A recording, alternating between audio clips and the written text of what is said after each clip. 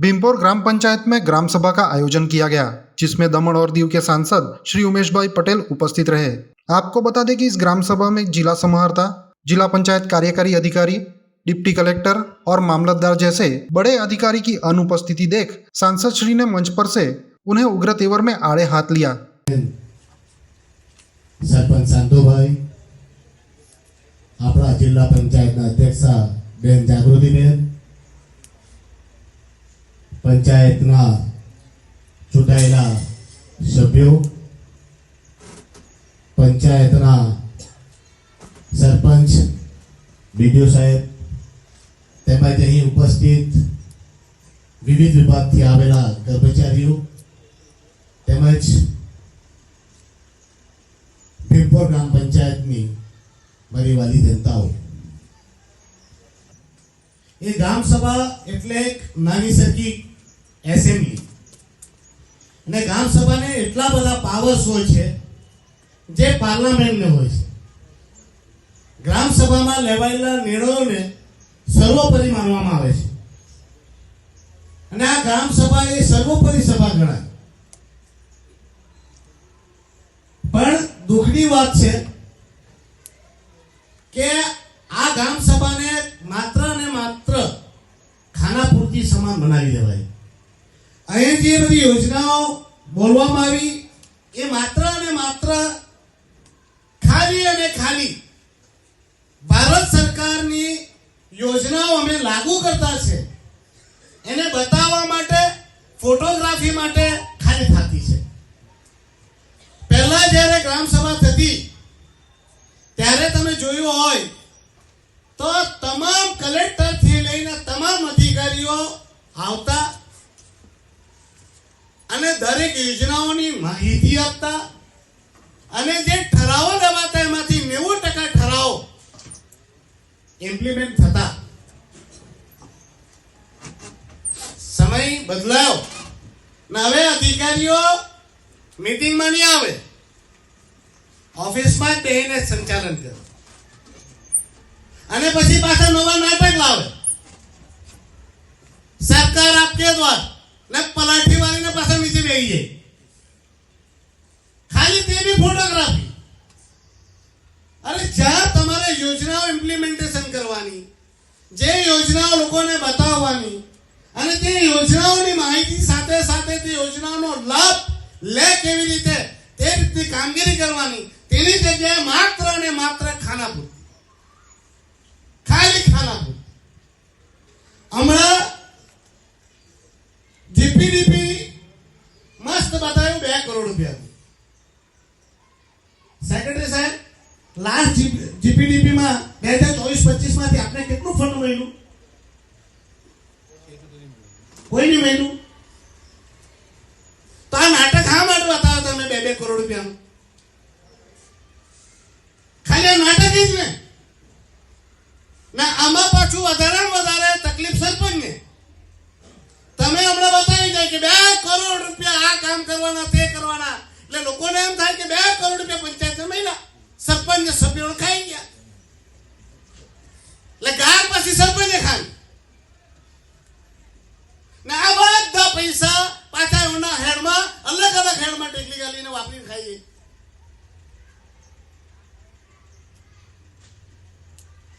પણ એમાં બી જવાબદાર આપણે જ છે બધા। આજે ગામ સભા છે, ખબર છે ભીમપુરની પોપ્યુલેશન કેટલી છે? બધા આવવા જ ને, બધા એમ કે નહીં એમ કે જાયનો મીટિંગમાં થાય હું કઈ આવીને કઈ ફાયદો તો થવાનો નહીં મળે। ભાઈ પરિવર્તન એમ જ થોડું આવી જાય, બધાએ સપોર્ટ આપવા પડે। સરપંચ બી તમારા છે, જિલ્લા પંચાયત અધ્યક્ષ બી તમારા છે, મેમ્બર બી તમારા જ છે, એમપી બી તમારો જ છે, પણ એ એકલા પડે, જનતાનો બી સપોર્ટ જોઈએ। આ અધિકારી કોઈ ભગવાન થોડા છે, એ તો નોકર છે। સર્વોપરી જો છે આ લોકતંત્રમાં તો તમે જ છે, તમે જનતા જ રાજા છે અને તમારા જનતા દ્વારા ચૂંટાયેલા અમે તમારા પ્રજાની છે અને આ જે અધિકારી છે તો બધા નોકર છે। આપણા ફંડામેન્ટલ રાઈટ આપણે જાણવા પડે। બાકી તમને કહું કે હમણાં આટલી યોજનાઓની બધી બતાવવાની હોય. કાલે મેં જ્યારે SC/ST નું બોલ્યો ત્યારે પેલો ભાઈ કહેતો હતો SC/ST ની યોજના માટે અમે છે. આજે કોઈ નહીં મળે. આવાસ યોજનાનું કોઈ નહીં મળે. કોણ છે? કોઈ બોલ્યા જ નહીં આવાસ યોજના માટે. કેમ નહીં ઉઠા? પતી ગયું કામ. ખાલી સાઈન કરીને ચાલી જવાનું. તું કામ આવેલા તમને હું ખાઈ ગયો. પછી એને બોલવાની કીધું તમારી યોજના માટે તું આવેલો ને ભાઈ. SC/ST માટે તું આવેલો ભાઈ. કોણ આવેલો SC/ST માટે યોજનાઓ માટે? PW તમારું કામ છે આ. એક વાત તમને કહું, આ અધિકારીઓ 2 વર્ષ 3 વર્ષ આવવાના ને જવાના. હા, એક બેહાલો છે તે ડોમિસાઇલ લઈને જવાનો, પણ બધા જવાના જ. આ જનતા આપણી છે ને આપણા જ ભાઈ બહેન છે ને આપણે જ આ લોકોને આપવાનું છે. તે દિવસે જે બધી યોજનાઓની વાત કરેલી મને હમણાં બેન કહેતા હતા કેમ કે ઉમેશભાઈ ક્યાં કરે એ બધી યોજનાઓ કે કેન્દ્ર માત્ર છે પણ આપણે લાગુ નહીં થાય.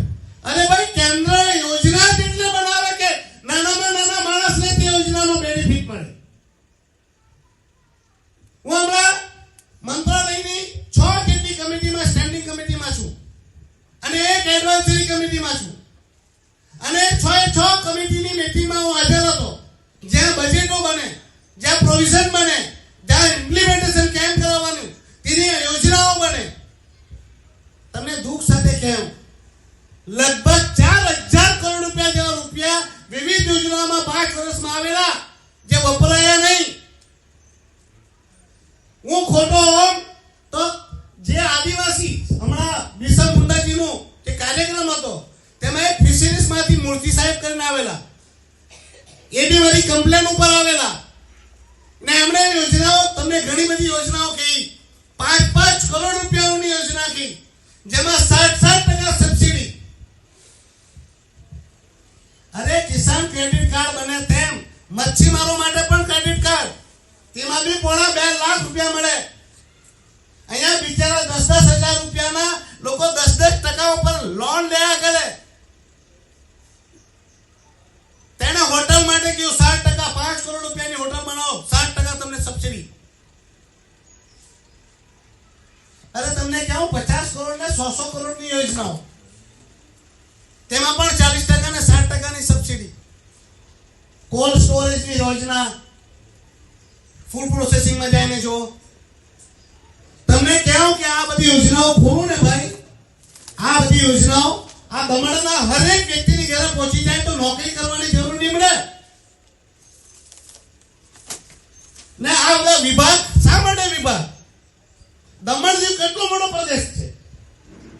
આ ગુજરાત અને મહારાષ્ટ્રમાં જાઓ તો એક ડિસ્ટ્રિક્ટ આપણા કરતા મોટું છે. અરે ત્યાં સુરતમાં જાઓ તો આપણા કરતા એક વોર્ડ મોટો છે. અને તેમાં પ્રશાસક, એડવાઇઝર, ફાઇનાન્સ સેક્રેટરી, તેના પછી કલેક્ટર, ડેપ્યુટી કલેક્ટર તો એક ડિસ્ટ્રિક્ટમાં, આઈજી, ડીઆઈજી, એસપી, એએસપી, એક ખાલી આઈએસ ની જરૂર છે. ખાલી ટેબલ પર રૂપિયા લેવા માટે બેસેલા બધા. આટલી બધી યોજનાઓ છે લોકો સુધી પહોંચાડવાની. એ ઘઉં બતાવીએ કે 1/2 કિલો ઘઉં, આખા મહિનાને એક માણસને 1/2 કિલો ઘઉં, 4.5 કિલો ચોખા, 1/2 કિલો ઘઉં કે 5 દાણાને મોઢામાં નાખો ને. અરે ગુજરાતમાં જાઓ, મહારાષ્ટ્રમાં જાઓ, ખાંડ, તેલ, મીઠું સુધી મળે. અરે શાંતુભાઈ, આપણે પહેલા બી ગાતા હતા. અરે આપણા ઘરે બધાની ઘરે આવતું હતું, પાક તેલ આવતું હતું, આવતું હતું, પેટ ભરીને લોકો ખાતા હતા. આજે બી ભારત સરકાર એટલી મહેનત કરી રહી છે કે લોકોને ઘરે ઘરે અનાજ પહોંચે, કોઈ ભૂખો ન સૂએ. અને ભારત સરકારની એટલી બધી યોજનાઓ છે જે યોજનાઓને લોકો સુધી પહોંચાડવાની છે. અને આ ભારત સરકાર દ્વારા આઈએએસ, આઈપીએસ, દાનિશ હોય કે તમે કર્મચારી હોય, એ લોકોની જવાબદારી બને કે આ બધી ભારત સરકારની યોજનાઓને લોકોના ઘર સુધી પહોંચાડે. ખાલી ફોટોગ્રાફી માટે નથી તમે બેઠેલા.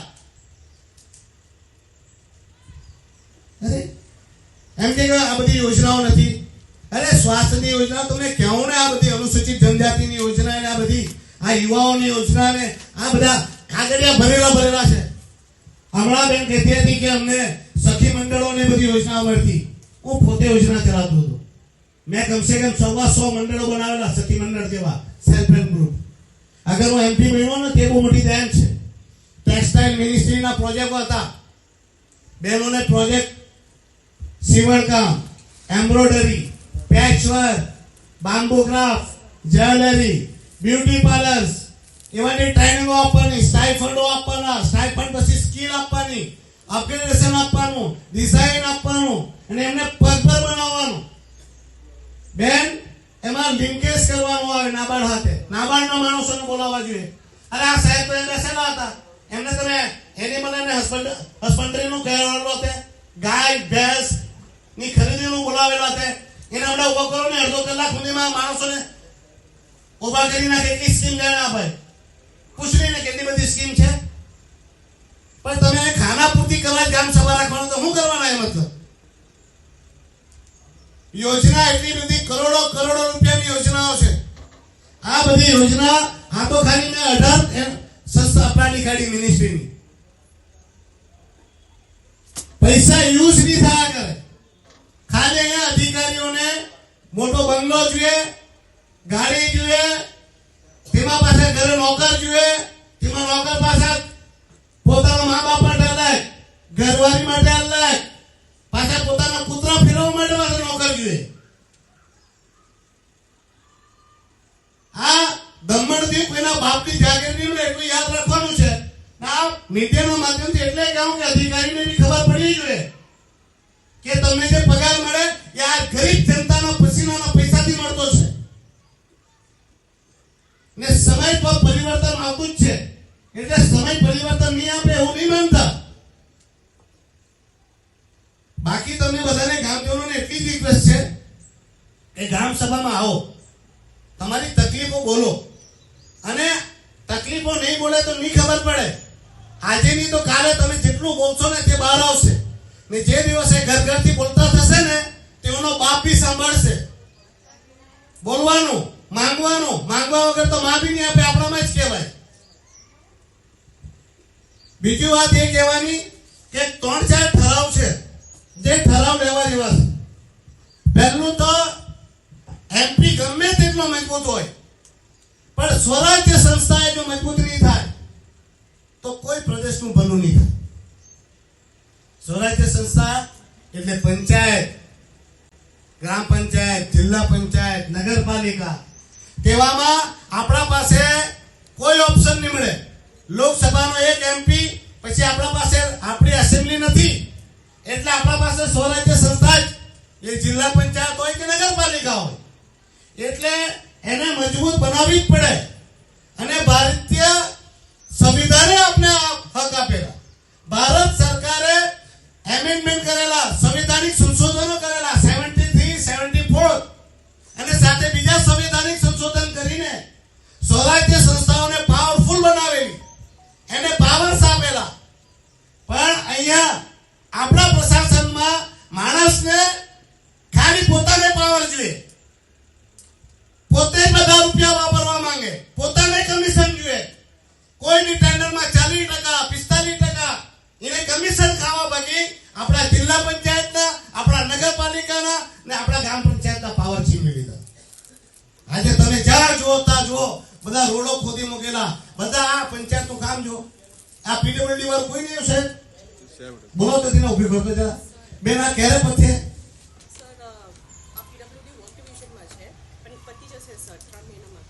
ત્રણ મહિના પછી. કોણ છે કોન્ટ્રાક્ટર? એનો કોન્ટ્રાક્ટર કોણ? સર મોહિત એન્ડ એસોસિએટ્સ કરીને છે. એનો નંબર જરા મને આપજો, હમણાં વાત કરવાની છે. ને આ 3 મહિના આવતી ગ્રામ પંચાયત બેન છે ને થાય ને ત્યારે તે પહેલા આ કામ પૂરું થવા જોઈએ. કારણ કે 3 મહિનામાં મને કોઈ કાળે દેખાતું નહીં એટલે આ પૂરું થાય. વર્ષ પહેલાથી આ કામ ચાલુ છે એટલે આ કામ પૂરું કરાવો. ને એમનું ટેન્ડરમાં સમય અવધિ ક્યારે પૂરી થતી છે? सर एक्चुअली डिस्ट्रिक्ट पंचायत ने ये हमने पीडब्ल्यूडी को दे दिया है. पीडब्ल्यूडी को ही पूछ रहा हूँ मैं, तो पीडब्ल्यूडी से कोई नहीं है सर એમાં એવું છે કે ડિસ્ટ્રિક્ટ પંચાયત પીડબ્લ્યુડી એક ગ્રુપ છે હા. અને સેન્ટ્રલ પીડબ્લ્યુડી બિલ્ડિંગ એક અલગ ગ્રુપ છે. આપણા બેન જે છે તે ડિસ્ટ્રિક્ટ પંચાયત પીડબ્લ્યુડી માં છે. હવે એમાં શું છે કે અમુક વસ્તુ ડિપોઝિટ વર્કમાં પીડબ્લ્યુડી બિલ્ડિંગ ના આપી દે, પછી તે એક્ઝિક્યુટ કરે પીડબ્લ્યુડી બિલ્ડિંગ અને આપણે પૈસા ચૂકવીએ. એટલે આની ડિટેલ્સ આપણે તેમની પાસે મંગાવીને તમને પણ આપણે રાખવું તો પડે સાહેબ જવાબદારી. હવે આપણે બધા આને આ કોને આપ્યું, પેલા કોને આપ્યું, અમે તો नहीं जाने. सर आपको डिटेल्स लेके मैं आपको मुझे डिटेल्स तुरंत चाहिए और उसका अवधि कब खत्म हो रहा है, क्या है, कैसे है, वो सब मुझे माहिती बताइए. હવે તમને આમ લાગતું કે રોડ બહુ ડેવલપમેન્ટ થયા કરે. આ દમણમાં ડેવલપમેન્ટ ખાલી એક માણસના ખિસ્સા ભરવા બાકી 40% ને 45% રૂપિયા કમાવા માટે થયા કરે. એક ખાતે રોડ, એક ખાતે ખોટાળ બધી ખોદાઈને પૂરી નહીં થાય. કેમ ખબર તમને? એનું કારણ હોય. એમાં જ્યારે ટેન્ડર શરૂ કરે એટલે તેની અવધિ આવે. 6 મહિનામાં પૂરું કરવાનું, વરસમાં પૂરું કરવાનું, 2 વરસમાં પૂરું કરવાનું, અને પૂરું નહીં થાય એટલે ઓણ કાંઈ કરે, લાગત કિંમત વધારી દે. પછી 2 ગણા ને 3 ગણા, એટલે ભાઈના કમિશન વધારે ને વધારે. એટલે આ કમિશન ખાવા બાકી કમિશન ખોર માણસ આ કામોને લટકાવ્યા. પણ આપણે બધાએ હવે મજબૂત થવા પડે. એટલે પંચાયત, જિલ્લા પંચાયત, નગરપાલિકાને પાવર આપવા પડે. આપવા પડે કે નહીં આપવા પડે? બરાબર. તો આજે ઠરાવ સાહેબ લેવો, જે ભારત સરકાર દ્વારા સંવૈધાનિક સંશોધનો 73, 74 સહિતના સંવૈધાનિક સંશોધન મુજબ જે કોઈ સ્વરાજ્ય સંસ્થાઓ, ગ્રામ પંચાયતે, જિલ્લા પંચાયતો, નગરપાલિકા સહિતની જેટલી પણ ગ્રામ સ્વરાજ્ય સંસ્થાઓ છે તેમને જે સંવૈધાનિક સંશોધન મુજબના પાવર્સ આપેલા છે તે ફરી આપવામાં આવે અને પાવરફુલ બનાવવામાં આવે. અને જે કોઈ આ પાવર્સ રિસ્ટોર કરવાની પ્રક્રિયા તે પૂરી કરી ગ્રામ પંચાયત, જિલ્લા પંચાયત અને નગરપાલિકાને ભારત સરકારના તમામ પંચાયતોને મળેલા હક અને અધિકાર આપવામાં આવે. અને સાથે સાથે દર વર્ષે પંચાયતોના ફંડ, જે કોઈ ફંડ આપવામાં આવે છે જીપીડીપી ના અનુસાર, તે ફંડ રેગ્યુલરલી આ લોકોને મળવો જોઈએ. બીજી વાત, આ ટોરન્ટ પાવર વાળાને કોઈ દિવસ માન સન્માન નહીં આપવાનું. એ લોકોને નીચે જ રાખવાના. એ માન સન્માન માટે નીમડે.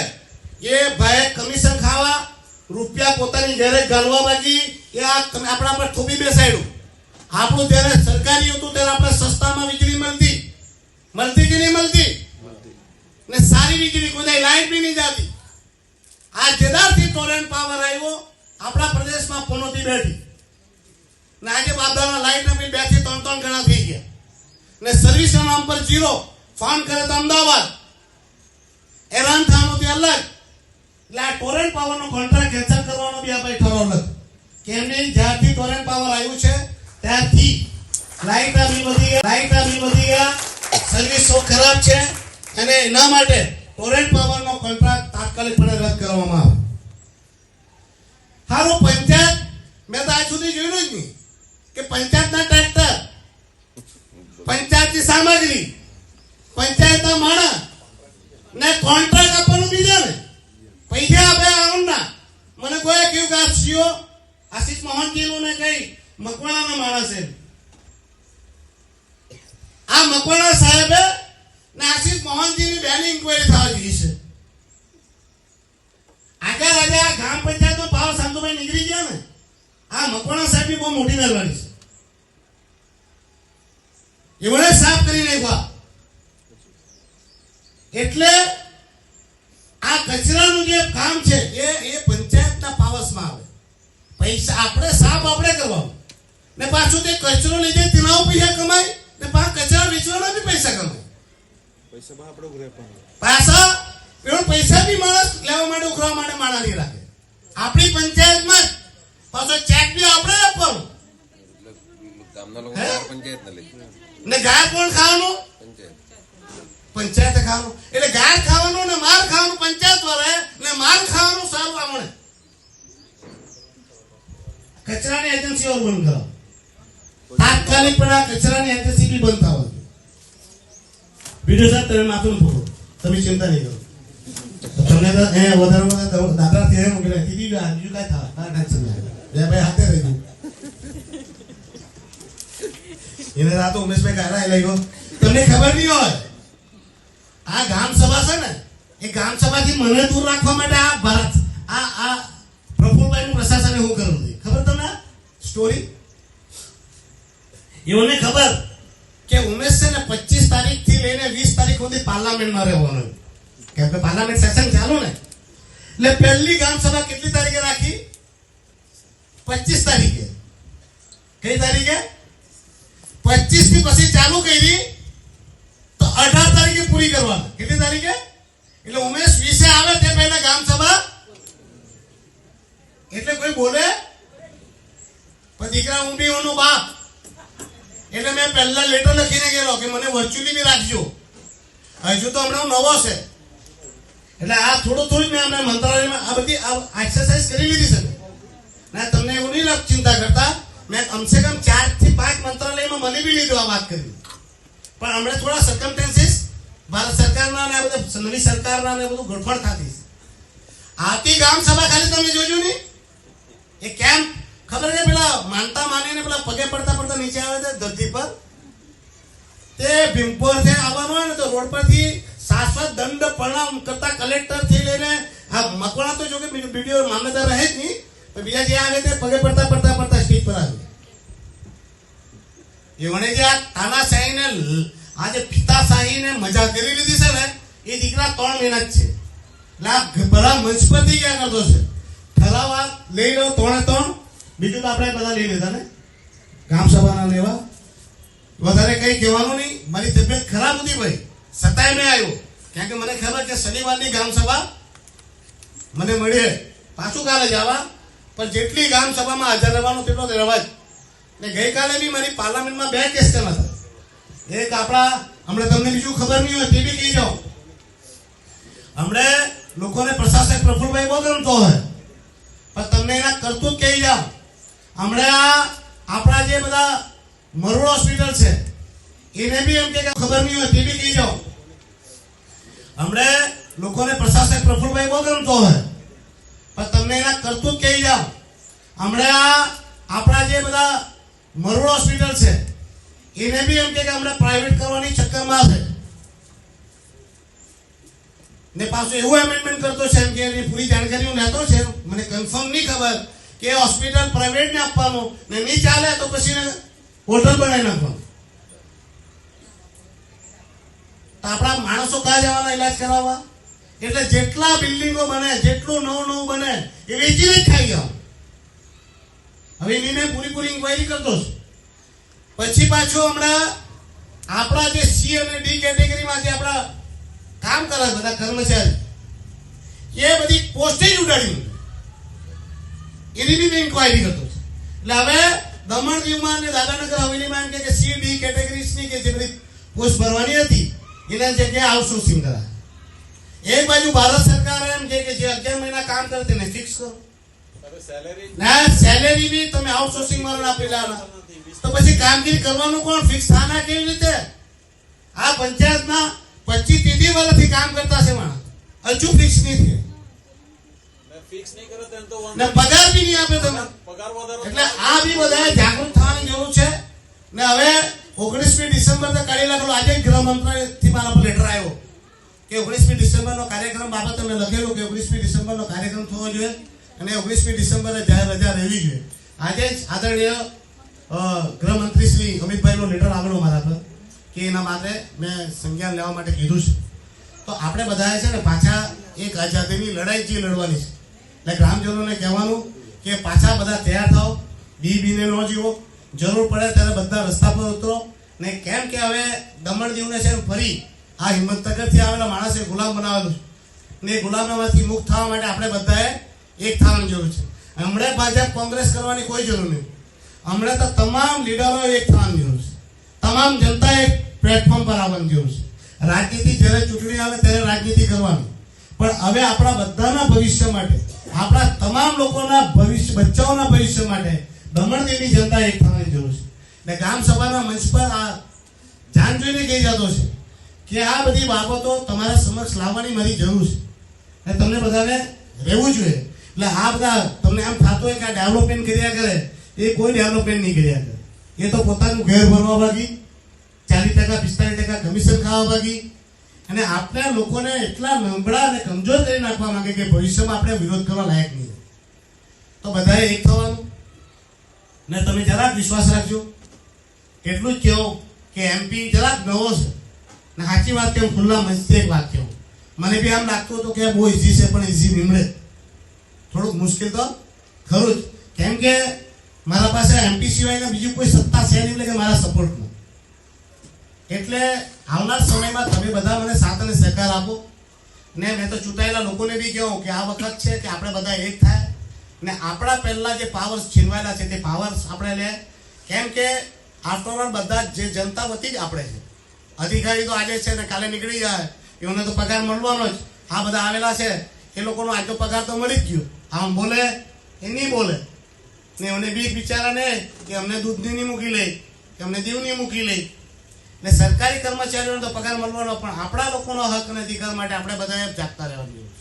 બસ એ જ કહેવાનું. અહીં પાછો એકવાર ફરી જિલ્લા પંચાયતના અધ્યક્ષ જાગૃતિબેન, સાંતુભાઈ, ગ્રામ પંચાયતના ચૂંટાયેલા સભ્યો, વિવિધ વિભાગથી આવેલા કર્મચારીઓ, અધિકારીઓ, ગ્રામજનો, બીડીઓ સાહેબ અને સેક્રેટરી સાહેબ, તમે મને બોલાવ્યું તે બદલ તમારો આભાર. તમે બધાએ સાંભળ્યો તે બદલ તમારો આભાર. મારા હાથે આજુબાજુમાં બેહવા બદલ જાગૃતિબેન અને સાંતુભાઈનો આભાર. બાકી બધું મારી બાજુમાં બેહવાનું એટલે કોઈ ખાવાનું કામ નહીં લે.